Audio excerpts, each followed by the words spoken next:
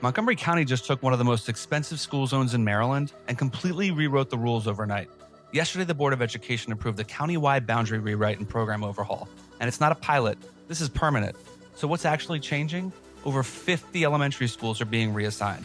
And because of how school pyramids work, that ripple effect hits entire middle and high school clusters across the county. Now let's talk the headline move. Wootton High School, one of the most expensive and high-demand zones in the county, is being relocated to the Crown Gaithersburg area. Not adjusted, relocated. And the current Wootton building becomes a swing school, basically a temporary site to rotate students during future renovations. What are the fallout zones? Potomac, North Potomac, Darnestown, and West Rockville, areas where buyers routinely paid six-figure premiums just to lock in that Wootton cluster. And here's where it shifts even more. Specialized programs like STEM academics, magnet programs, and career and technical pathways are no longer tied to just one school. They're being spread across regions, which means more cross-county movement, more competition for limited seats, and less certainty your neighborhood school offers what you expected or what you paid for. So why is this happening? MCPS is projecting thousands of excess seats by 2032.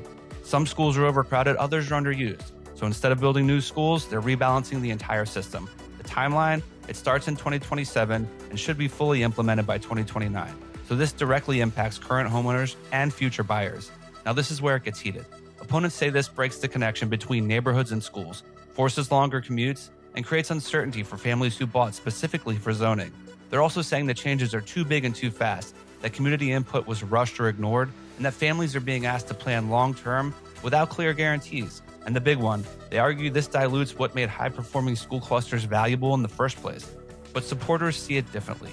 They say this expands access to top-tier programs beyond just a few zip codes, reduces overcrowding, and makes better use of taxpayer-funded buildings. The argument is simple. Opportunities shouldn't depend on your address or your home price. Now let's talk real estate. For years in Montgomery County, your school zone protected your home value. But if boundaries shift, programs move, and zoning isn't fixed long-term, that premium doesn't disappear, it becomes unpredictable. And in this market, uncertainty is expensive. So the real question is, did this create more access for students or introduce risk into one of Maryland's most expensive housing markets? Because when the rules change, pricing follows. School zones used to be an asset, now they're a variable.